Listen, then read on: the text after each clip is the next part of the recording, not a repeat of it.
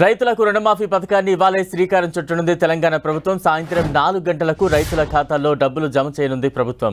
సచివాలయం నుంచి రాష్ట్ర వ్యాప్తంగా 110 రైతు వేదికల్లోని రైతులతో నిర్వహించే వీడియో కాన్ఫరెన్స్ లో ముఖ్యమంత్రి రేవంత్ రెడ్డి ₹1,00,000 లోపు రుణాల మాఫీని లాంఛనంగా ప్రారంభించనున్నారు. అనంతరం 11.50 లక్షల మంది రైతుల రుణ ఖాతాల్లో ₹1,00,000 వరకు జమ అవుతాయి. ఇవాళ ఉదయం 11 గంటలకు సీఎం రేవంత్ రెడ్డి సచివాలయంలో రాష్ట్ర స్థాయి బ్యాంకర్ల కమిటీ సమావేశం నిర్వహిస్తారు. రుణమాఫీ మార్గదర్శకాల అమలుపై దిశానిర్దేశం చేస్తారు. రుణమాఫీ కోసం అవసరమైన నిధులను ఆర్థిక శాఖ బుధవారం బ్యాంకులలో జమ చేసింది. ₹1,00,000 లోపు రుణమాఫీ వర్తించే రైతుల జాబితాలను బుధవారం ప్రభుత్వం అన్ని జిల్లాల వ్యవసాయ అధికారులకు పంపించింది.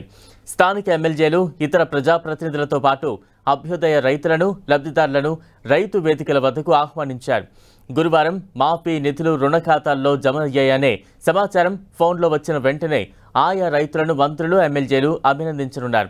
ఈ సందర్భంగా సీఎం, వ్యవసాయ మంత్రి తుమ్మల నాగేశ్వరరావులు రైతులతో ముఖాముఖి నిర్వహించనున్నారు.